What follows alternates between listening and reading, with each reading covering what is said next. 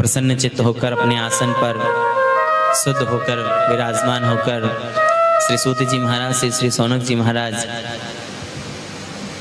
कहते हैं कि त्वया खलु पुराणानि सेतिहासानि चानघा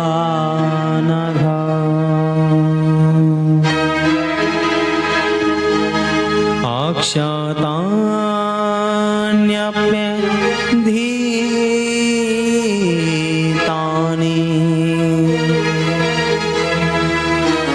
धर्मशास्त्राणि यान्युतः।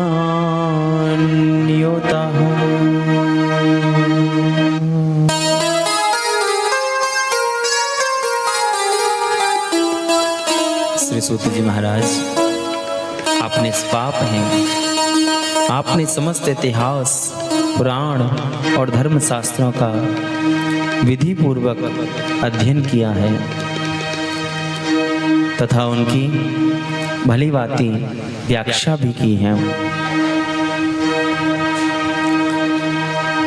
इसलिए श्री सूत जी महाराज, हम आपसे कुछ प्रश्न करना चाहते हैं। अगर आप की आज्ञा हो तो हम आपसे अपने प्रश्नों को आपके समक्ष रखना चाहते हैं। श्री सूत जी महाराज प्रणाम कर, नमस्कार कर, अभिवादन कर कहते हैं, जी अगर ईश्वर कृपा से, प्रभु की कृपा से मेरे पास आपके प्रश्नों का उत्तर होगा, मैं अवश्य आपको देने का प्रयास करूंगा। श्री सौनक जी महाराज कहते हैं, श्री सूत जी महाराज, परंतु एक बात हम आपसे कहना चाहेंगे कि हमारा जो प्रश्न हम आपसे करना चाहते हैं वो केवल एक नहीं। बोले कोई बात नहीं, आप 2 प्रश्न कीजिए। बोले नहीं, हमारे केवल 2 प्रश्न नहीं। कोई बात नहीं, आप 3 प्रश्न कीजिए। बोले नहीं, हमारे 3 प्रश्न नहीं। बोले कोई बात नहीं, आप 4 कीजिए। बोले नहीं महाराज, हमारे 4 भी प्रश्न नहीं हैं, हमारे तो पूरे 6 प्रश्न हैं। हम आपसे पूरे 6 प्रश्न करना चाहते हैं। श्री सूत जी महाराज कहते हैं, ठीक है, आप पूरे 6 के 6 प्रश्न कीजिए। श्री सौनक जी महाराज बड़े प्रसन्न चित्त हो कहते हैं कि श्री सूत जी महाराज, हमारा पहला प्रश्न है कि पुंसा मेकांत श्रेयस्तन्न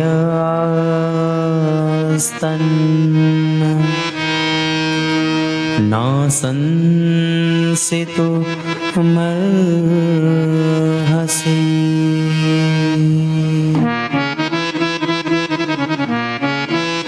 श्री सूत जी महाराज, हमारा आपसे पहला प्रश्न है, हमारा आपसे पहला प्रश्न है कि कलयुग में मनुष्य के कल्याण का क्या साधन है? मानव जन्म जो हमें मिला है उसका उद्देश्य क्या है? कैसे प्रभु के चरणों में, कैसे भगवान के चरणों में हमें प्रीति प्राप्त हो, कैसे भगवान के चरणों में हमारा प्रेम हो, कैसे वह आप हमें कृपया बताएं। यह हमारा आपसे पहला प्रश्न है। और हमारा दूसरा प्रश्न ये है कि जब हम मंदिरों में जाते हैं, जैसे कि हम मंदिर में गए, हमने जाके देखा भगवान ब्रह्मा जी की बहुत सुंदर मूर्ति हैं। हम अपने साथ में शुद्ध जल, पवित्र जल लेके गए, पूजन की सामग्री लेके गए, हमने जल चढ़ाया, दुग्ध चढ़ाया, पूजन किया। उसके बाद देखा हमने उनके बराबर में भगवान विष्णु बैठे हुए हैं, हमने भगवान विष्णु की पूजा की। उसके बाद हमने देखा कि उन्हीं के बराबर में भोलेनाथ अपने परिवार के साथ बैठे हुए हैं, उनकी भी पूजा की, अर्चना की, वंदना की।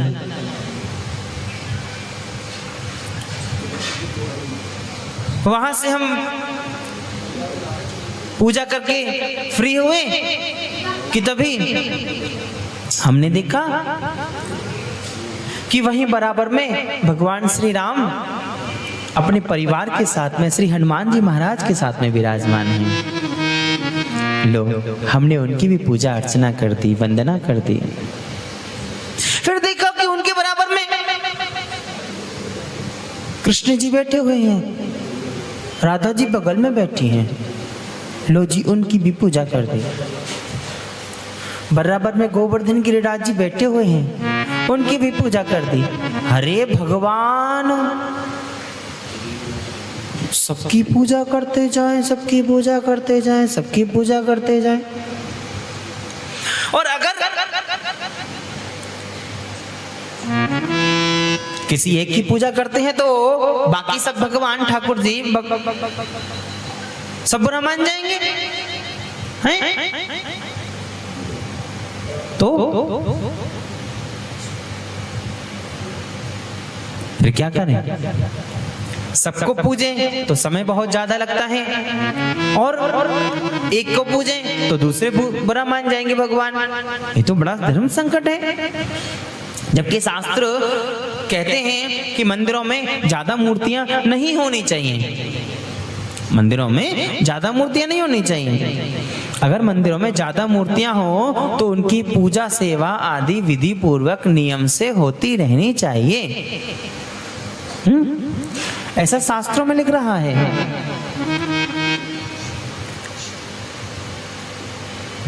तो क्या करना चाहिए? आखिर हम किस भगवान को पूजें और किस भगवान को छोड़ें?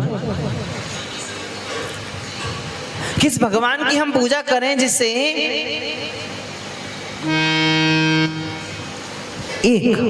जिन भगवान की हम पूजा करें उनकी दूसरे भगवान कोई बुरा ना माने। हमें इसका आप मतलब बताएं, यानी वो एक भगवान हमें बताएं जिनकी पूजा करने से कोई बुरा भी ना माने और हमारी पूजा भी स्वीकार कर ली जाए। और तीसरा हमारा प्रश्न है कि भगवान का वेदों में एक नाम है अजन्मा। तो जो भगवान का नाम है अजन्मा, अजन्मा का मतलब होता है जन्मा। जिसका कोई जन्म नहीं होता उसे अजन्मा कहते हैं।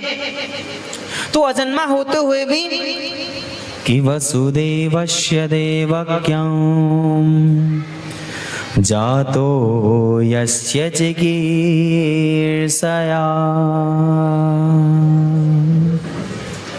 जहां वो अजन्मा है तो अजन्मा होते हुए भी उन्होंने कौशल्या दशरथ जी के यहाँ जन्म लिया, वसुदेव देवकी जी के यहाँ जन्म लिया। और फिर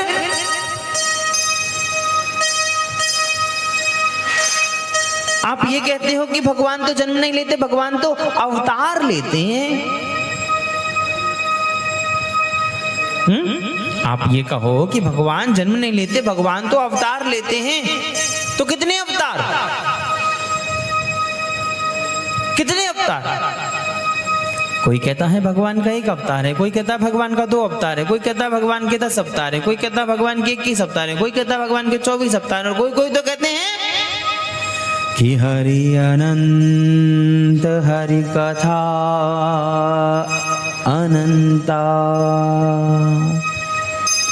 भगवान के अवतारों की तो कोई गिनती ही नहीं है,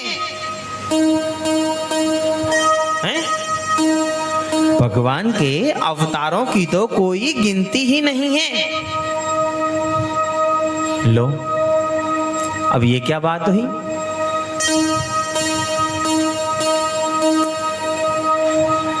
और फिर दूसरी बात, हमारे एक बात समझ में नहीं आई कि जन्म हो चाहे अवतार हो, अवतार भी भगवान को क्यों लेना पड़ता है? भगवान को क्यों आना पड़ता है? भगवान को क्यों आना पड़ता है?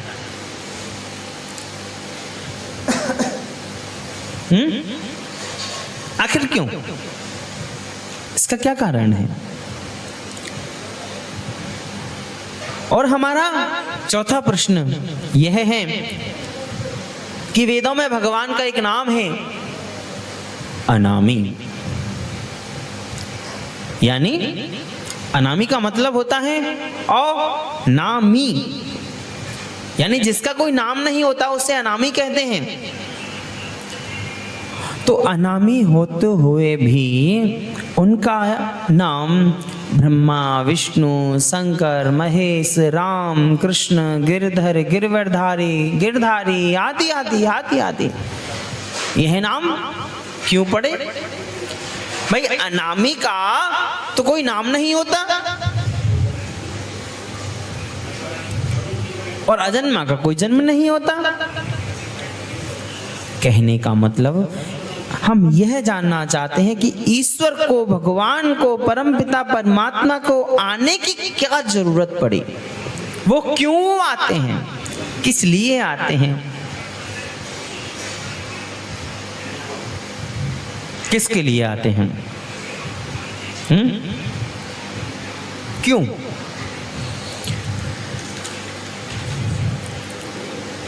और श्री सूत जी महाराज, हमारा 5वां प्रश्न है कि उस वाचक को ज्यादा विद्वान नहीं माना जाता जो इतनी सी बात को इतनी सारी बनाकर कहे।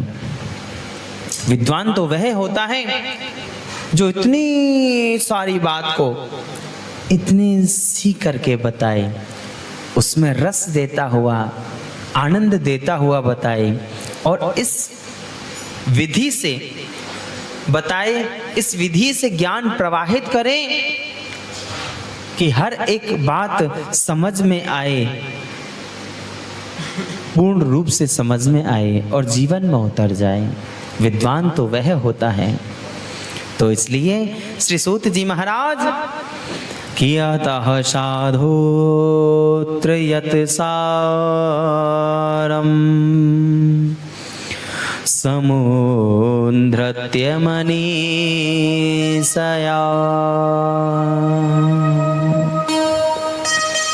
जो समस्त शास्त्रों का सार है वह आप हमें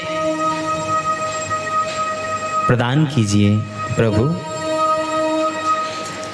और हमारा अंतिम प्रश्न, हमारा 6वां प्रश्न यह है कि भगवान श्री कृष्ण ने गीता जी में कहा है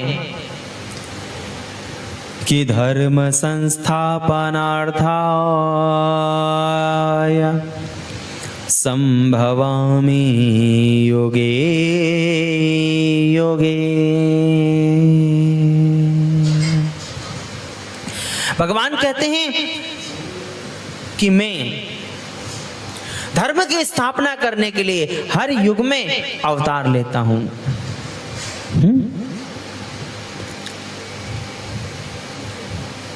चलो हमने मान लिया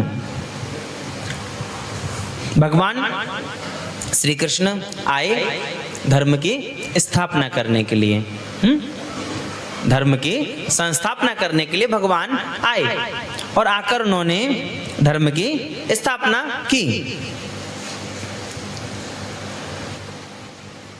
लेकिन धर्म की स्थापना करने के बाद में जब उनका कार्य पूरा हो गया, जब उनका कार्य पूर्ण हो गया और वो इस पृथ्वी लोक को छोड़कर अपने परम धाम पधार गए, तो उसके बाद में कि धर्मम कम शरणं गतः। जब भगवान श्री कृष्ण चले गए तो उसके बाद में धर्म ने किसकी शरण ली? आप मुझे बताएं, मैं सुनना चाहता हूं। महाराज, ये हमारे 6 प्रश्न हैं, आप कृपया हमें इनका उत्तर दें, जवाब दें। हमें पता है कि आपको, आपके पास में इसका पूर्ण रूप से समाधान है, उत्तर है। हमें बड़ी प्रसन्नता होगी। जी महाराज, आप कृपया हमें ज्ञान दें।